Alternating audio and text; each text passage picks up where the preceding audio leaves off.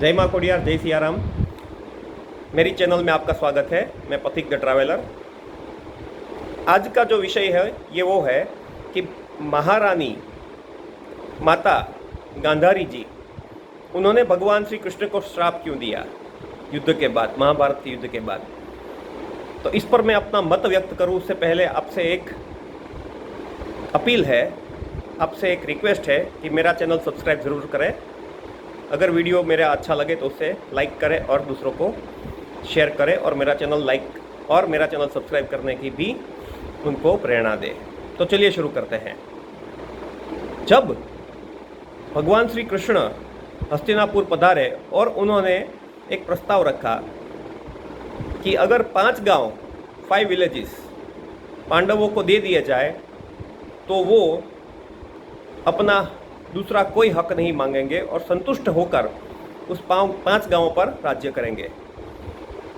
इस पर हम सब जानते हैं कि दुर्योधन ने मना कर दिया। इस प्रस्ताव का दुर्योधन ने जो है स्वीकार नहीं किया।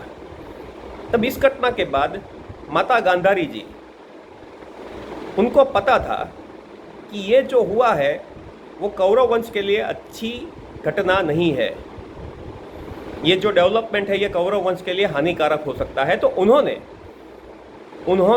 व्यक्तिगत तौर पर दुर्योधन को बहुत समझाने की कोशिश की कि पुत्र मान जाओ, 5 गांव दे दो और युद्ध को होने से रोक दो, क्योंकि युद्ध में किसी की विजय नहीं होती, किसी की कम पराजय होती है, किसी की ज़्यादा पराजय होती है। पर दुर्योधन अपने मोह से बंधे हुए थे, वो अपने मोह से अंधे थे, उन्हें माया व्याप्त थी। तो उनको ये बात समझ में नहीं आई। उनके अहंकार की वजह से ये बात उनको समझ में आती तो भी वो समझ में नहीं लाए। रावण की तरह उनको भी अपने अहंकार ने अंधा बना दिया था। माता गांधारी फिर भी नहीं रुकी। उन्होंने एक और प्रयत्न किया। उन्होंने धृतराष्ट्र को समझाया कि हे महाराज, हे हस्तिनापुर के महाराज, हे पूरे भारतवर्ष के महाराज, आप अपनी सत्ता का प्रयोग कीजिए, पुत्र मोह में अंधे मत होइए। धृतराष्ट्र जो थे वो शरीर से अंधे थे कि नहीं, आंखों से अंधे थे कि नहीं, इस बात का ज़्यादा महत्व हमारे लिए नहीं है। पर एक बात तो बहुत स्पष्ट है कि वो पुत्र मोह में, पुत्र के प्रेम में कुछ ज़्यादा ही अंधे थे। और दुर्योधन की महत्वाकांक्षा, वो दुर्योधन की महत्वाकांक्षा नहीं थी। दुर्योधन तो सिर्फ धृतराष्ट्र की महत्वाकांक्षा का प्रतीक था।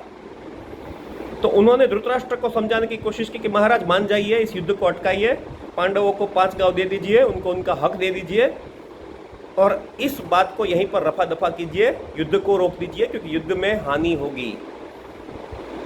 पर धृतराष्ट्र भी नहीं माने, ये हम सब जानते हैं। फिर क्या हुआ, आगे फटाफट जाते हैं। तो अगर घटनाक्रम को ज़्यादा ना खींचे, युद्ध हो गया, पांडव जीत गए। इस घटना के बाद भगवान श्री कृष्ण जब वापिस जा रहे थे तो वो माता गांधारी को मिलने आए। वो एक प्रकार की औपचारिकता थी, औपचारिकता भी नहीं कह सकते, वो सम्मानपूर्ण, क्योंकि माता गांधारी भी महारानी थी। तो एक मान व्यक्त करने के लिए और एक औपचारिकता भी करने के लिए वो सम्मान सहित माता को मिलने आए, उनका आशीर्वाद लेने आए। तब उन दोनों के बीच जो बातें हुई उसमें माता गांधारी ने एक बात बड़े स्पष्ट तौर पर भगवान श्री कृष्ण को कही कि हे माधव, अगर तुम चाहते तो ये युद्ध रुकवा सकते थे। मैं जानती हूँ कि मेरे पुत्र गलत थे, मैं जानती हूँ कि तुमने प्रयत्न किया था, पर मैं ये भी जानती हूँ कि अगर तुम चाहते तो युद्ध नहीं ही होता। तब भगवान कृष्ण कहते हैं कि धर्म जो है वो पांडवों के पक्ष में था, पांडवों के साथ बड़ा ही अन्याय हुआ था, इसलिए युद्ध का होना बहुत जरूरी था, क्योंकि कौरव जो थे उनको उनके कर्मों का फल मिलना बहुत ज़रूरी था। और इसीलिए युद्ध के अलावा कोई विकल्प जब दुर्योधन ने नहीं छोड़ा, धृतराष्ट्र ने नहीं छोड़ा, तो मैं क्या करता। तब क्रोध में आकर माता गांधारी उनको श्राप देती है। अब सब जानते हैं कि जैसे युद्ध से मेरा, एक तरीके से अगर आप देखो तो ये युद्ध 2 परिवारों के बीच था, ये गृह युद्ध जैसा ही था। Although it was not a civil war, ये तकनीकी तौर पर सिविल वॉर या गृह युद्ध नहीं था, पर अगर आप एक दृष्टिकोण से देखो तो आप ये भी मानोगे कि ये 2 परिवार के बीच की आपस की ही लड़ाई थी, जिसमें कौरव परिवार खत्म हो गया, उसका विनाश हो गया, कुल का, कौरव कुल का। तो गांधारी ने कहा कि जैसे मेरे यहाँ गृह युद्ध हुआ है, जो कि आप रोक सकते थे, आपने नहीं रोका, और मेरे कौरव कुल का विनाश हो गया, मैं आपको श्राप देती हूँ। और तब वो बोलती भी है कि मैं शिव भक्ताणी गांधारी आपको श्राप देती हूँ कि उसी तर्ज पर आपके यादव कुल का भी गृह युद्ध के बाद, गृह युद्ध मानी सिविल वार के बाद जो है विनाश हो जाएगा। अब यहाँ पर एक बात समझने वाली ये है कि भगवान श्री कृष्ण खुद भगवान विष्णु के पूर्ण अवतार थे। तो भगवान को जब श्राप देते हैं भक्त, तो भगवान उसको भी भक्त का प्रणाम मानकर ही उसको स्वीकार लेते हैं। अब आप कहेंगे कि गांधारी तो शिव भक्ताणी थी। अब इस तर्क की काट तो बहुत सरल है। इसके लिए मैं आधार लेना चाहूँगा रामचरितमानस का, जिसमें स्पष्ट तौर पर लिखा है कि राम जो है वो भगवान शंकर के आराध्य है। तो इसी लॉजिक को अगर आगे बढ़ाए, इसी तर्क को आगे बढ़ाए, तो भगवान विष्णु जो है भगवान शंकर के आराध्य है।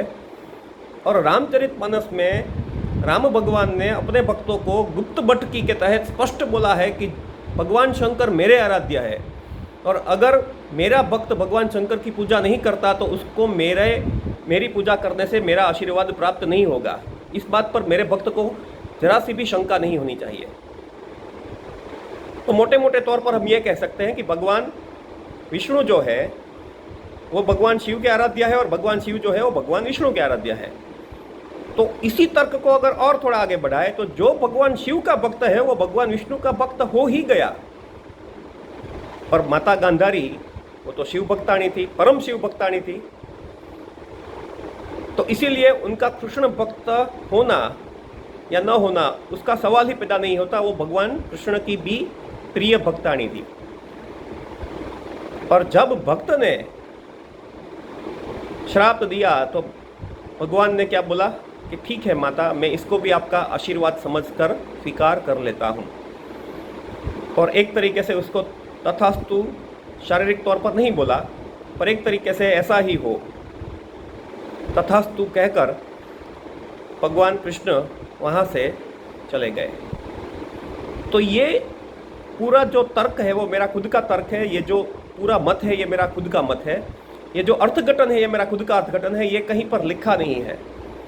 यहाँ पर जो तर्क जोड़े गए हैं वो मेरे खुद के ज्ञान से मैंने बनाए हैं। हो सकता है इससे आप असहमत हो। अगर आपको मेरी किसी बात से दुख हुआ है तो मैं दो हाथ जोड़कर माफ़ी मांगना चाहूँगा। आशा है इससे आपको एक नया परिप्रेक्ष्य पर्सपेक्टिव तो मिला ही होगा। मेरे वीडियो को सुनने के लिए खूब खूब आभार। जय माँ खोडियार, जय सिया राम, जय श्री कृष्ण, शुभ रात्रि।